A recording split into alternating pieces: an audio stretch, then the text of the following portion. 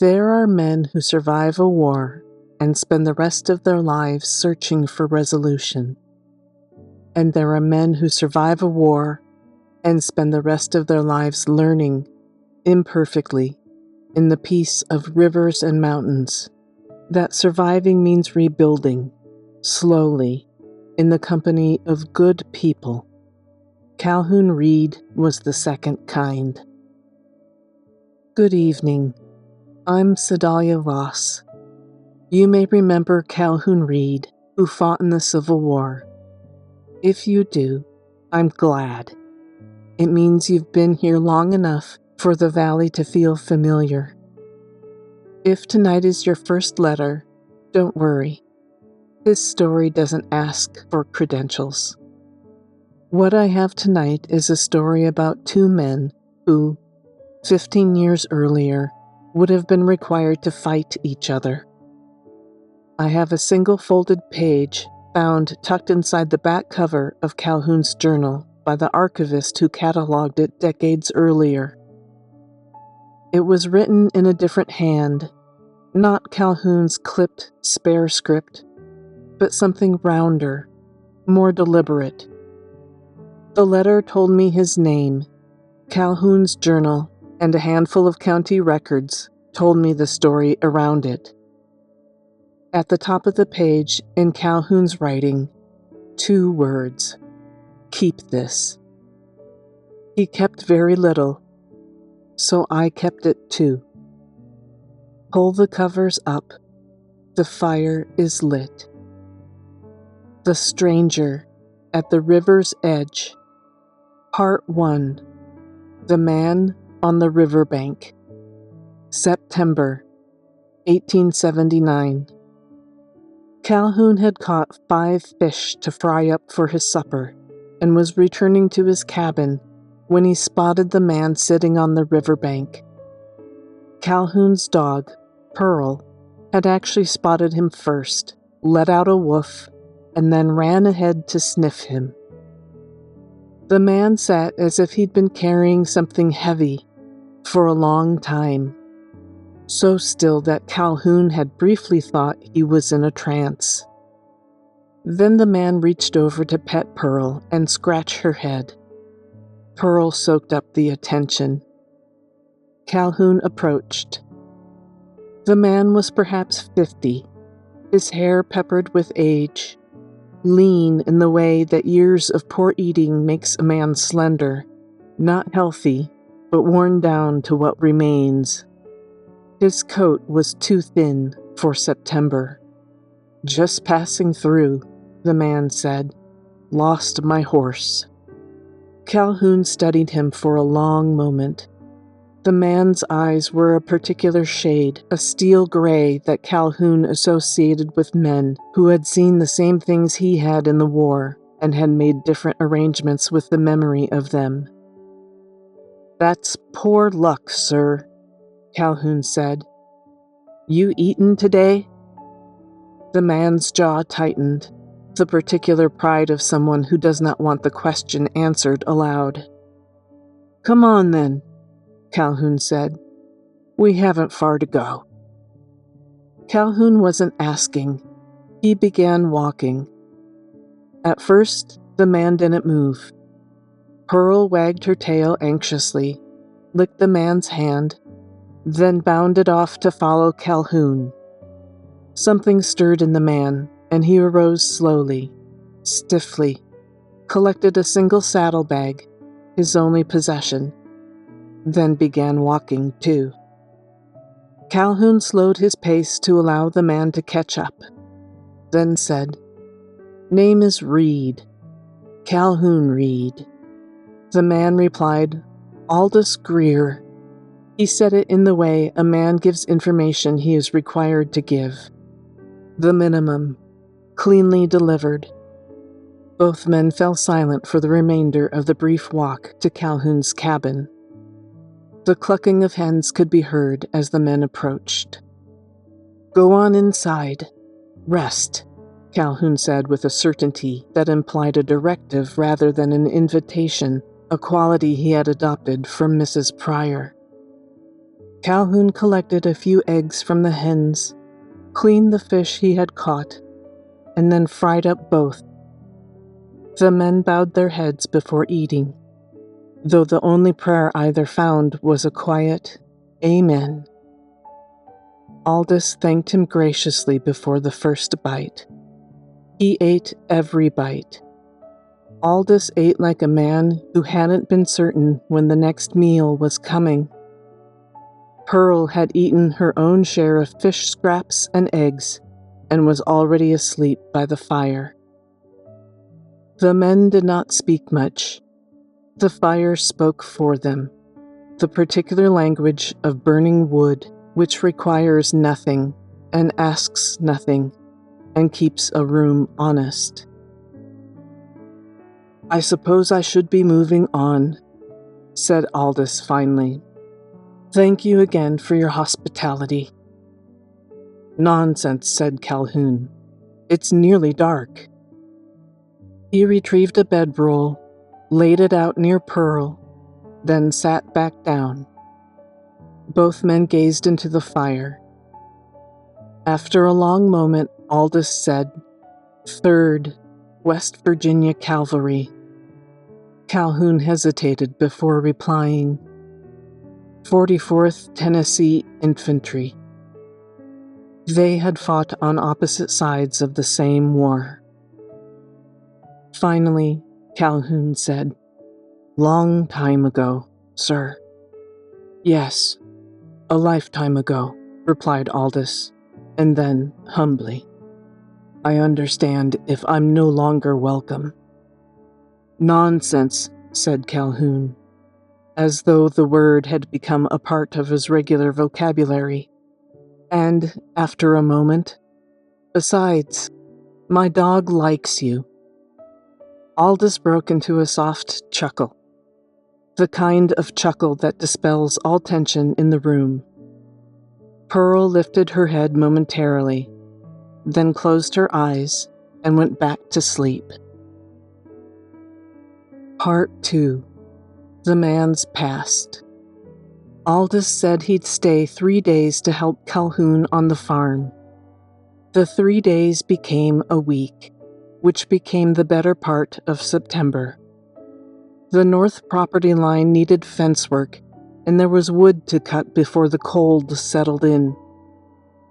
Aldous worked it without complaint and with little conversation, which suited Calhoun exactly.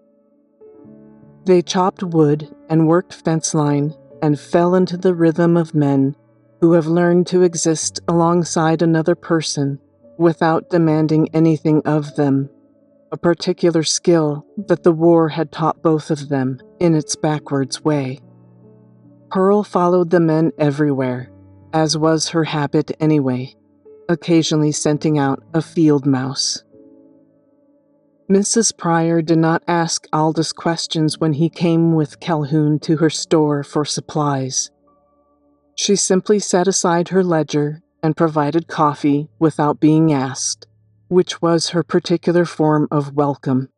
Practical, wordless, sufficient. Gideon Marshall, Calhoun's neighbor, shook Aldous's hand on the road one afternoon and said, "Nice meeting you," which from Gideon was an extended speech. One night, sitting by the fire, after a long day on the fence line, Aldous said, not looking up from the boot he was resoling, "I had a family. Before." The fire crackled. "Wife. 2 boys." He worked the needle through the leather. "Fever took them. Winter of '77. Pearl stirred from her slumber by the hearth, then stretched out onto her side. "I have a brother in Arkansas," Aldous continued. "Figured I could help him on his farm, and was on my way, but my horse ran off during a storm. She was still young, spooked easily, as fillies do." Calhoun looked at Pearl, asleep again, only now on her back, pause in the air. He thought about the valley, about how it had a way of providing. "I know some horse folk," he said. Aldous looked up then, just briefly, the look of a man who did not expect to hear this. The fire burned low. The men said nothing more. Part 3. A Mare Called Poppy. George Pickett Jr. worked horses on his grandparents' property a few miles east, a place that smelled of hay and wood smoke and the particular patience that comes from raising animals well. His grandmother, Martha Pickett, kept 3 standard-bred mares: Poppy, a sound 12-year-old with a friendly disposition, and her 2 offspring, Penny, 8 years old and Martha's preferred ride, and Pixie, a 5-year-old still a bit green under the saddle. Poppy was being ridden less and less.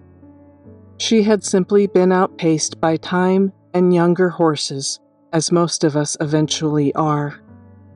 George Jr. had mentioned her to Calhoun once, in passing. Calhoun had filed it away, the way he filed most things, quietly, in a place he could find later. When he and Aldous walked over to the Pickett property, Martha met them at the fence. She was not a woman who warmed slowly. She warmed or she didn't, and you knew within the first minute which it was going to be. She had brought them coffee. That was a good sign. Aldous spoke plainly. He had money from the 1 saddlebag still in his possession. Not much, but honest. He removed his hat when he made his offer for Poppy and for a bridle and saddle. Martha listened, then she looked at Poppy in the paddock, and her expression became one of a woman doing arithmetic that has nothing to do with money. "Grandma," George Jr. said, "let the horse go." Martha did not look at him. Calhoun reached into his coat and handed Martha a jar of water over the fence post between them. River water. Cold and clear. Martha looked at the jar for a long moment, and then back at Aldous. She made a hum low in her throat that meant yes, in the way that some women's silences mean yes. The transaction was completed without further ceremony. Walking Poppy back along the road, Aldous ran his hand once along her neck. She did not flinch. He asked Calhoun about the jar of water. Calhoun kept his eyes on the road ahead. "It's water from a special place in the river. Around here, it means you come in good faith and leave in good standing. Martha knows that." Aldous nodded and patted Poppy's shoulder. Calhoun noticed that the steel gray in Aldous' eyes had shifted. Something softer underneath, something that might, in better light, have been misty blue. Part 4. The Morning He Left. Aldous awoke to Pearl licking his face. He rolled up the bedding and made coffee. Calhoun fried up eggs and potatoes. Pearl devoured the scraps. After breakfast, Aldous saddled up Poppy. Calhoun handed him the bedroll. "You're going to need this." Aldous' blue-gray eyes glistened. "You saved my life, Calhoun, in more ways than one. I don't know why." His voice dropped off. Calhoun couldn't find the words to respond. Then, finally, "Well?" "My dog likes you." Aldous chuckled. "Come here, girl," he called to Pearl. He scratched her on the head as she wagged her tail and licked him.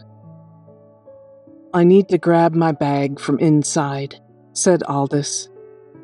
Calhoun stayed with Poppy, who remained as calm as pond water. Aldous came out with a saddlebag, secured it and the bedroll to the saddle. The two men shook hands, then embraced, briefly. The embrace of men who don't do it often and mean it, completely. "Safe travels, Aldous." Aldous could only nod. He mounted Poppy, turned her toward the road, and tipped his hat to Calhoun. Then they rode away. Calhoun and Pearl returned to the cabin. Inside he found a letter on the table, weighed down by a small river rock. It was not a long letter. Aldous was not a long letter kind of man. It read, "Read. It's been a long time since I stayed somewhere and felt welcome. Or rather, felt comfortable staying. If the war revealed anything, it was that we are more alike than different.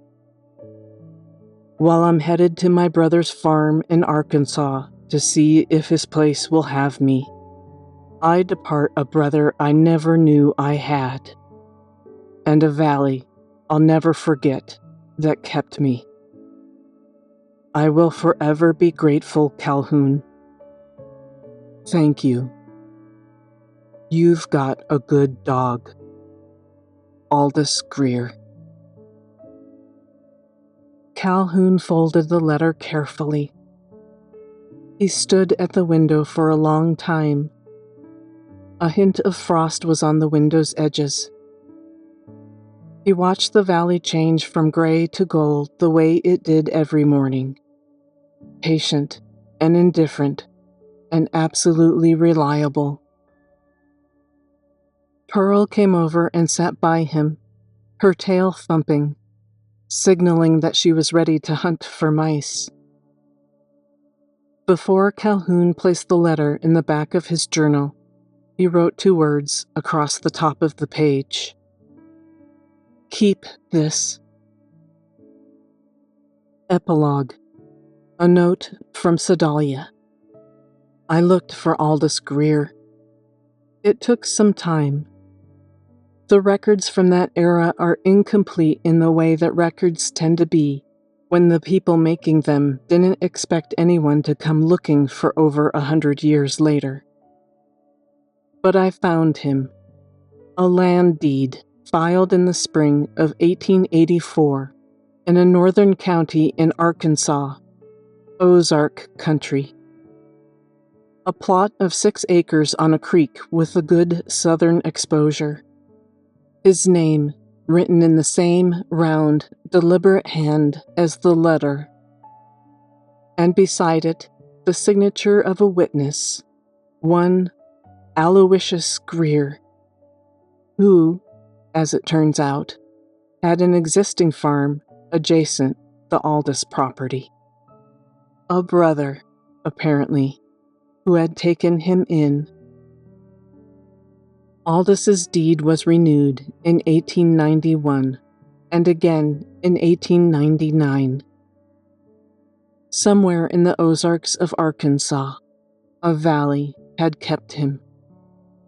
I like to think that Aldous adopted a dog eventually, and that the two would visit the creek often, find a rock to sit quietly, and bring home fish to fry.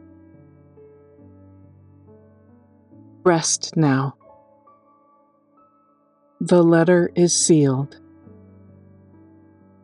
I'm Sedalia Voss, and I'll find you again next week. Good night.